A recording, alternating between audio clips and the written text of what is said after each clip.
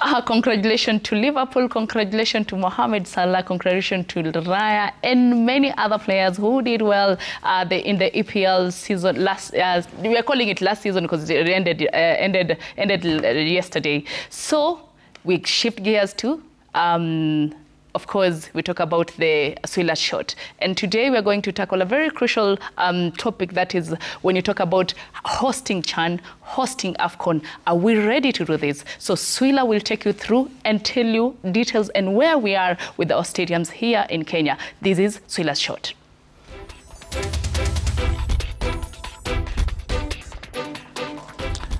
For the umpteenth time, officials from the Confederation of African Football (CAF) were in Nairobi for yet another routine stadium inspection as Kenya, alongside co-host Uganda and Tanzania, scramble to prepare for the much-delayed African Nations Championship (CHAN). Initially scheduled for February this year, the tourney was postponed to August this year due to inadequate infrastructure. Fast forward, and we are still racing against time, quite literally, as major construction works remain incomplete.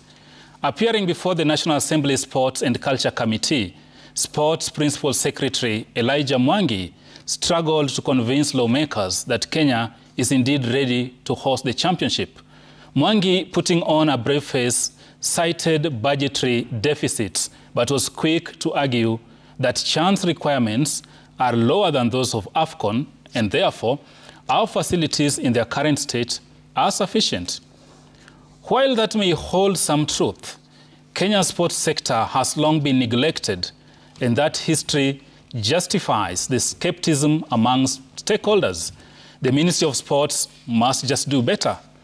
Just recently, Cabinet Secretary Salim Vuria, speaking during the launch of the 2025 Kipkeino Classic at Ulinzi Sports Complex here in Nairobi, confirmed the nation's worst fears.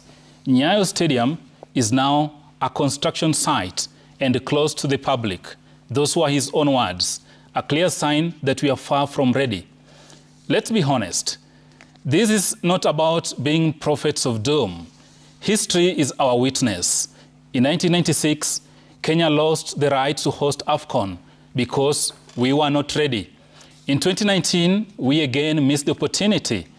Meanwhile, Rwanda, a country with a smaller economy by our own metrics, managed to deliver. CAF has been more than lenient and kind to us. Under normal circumstances, they would have already stripped us of the hosting rights and moved on. But we are still in the game, which is both a blessing and a warning. The lesson here is simple and urgent. Let's not build substandard facilities under the guise of progress. And this applies to both the national and county governments, the latter being particularly culpable.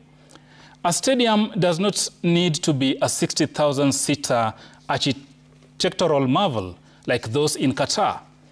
A modest 20,000-seater, if done right, can meet international benchmarks.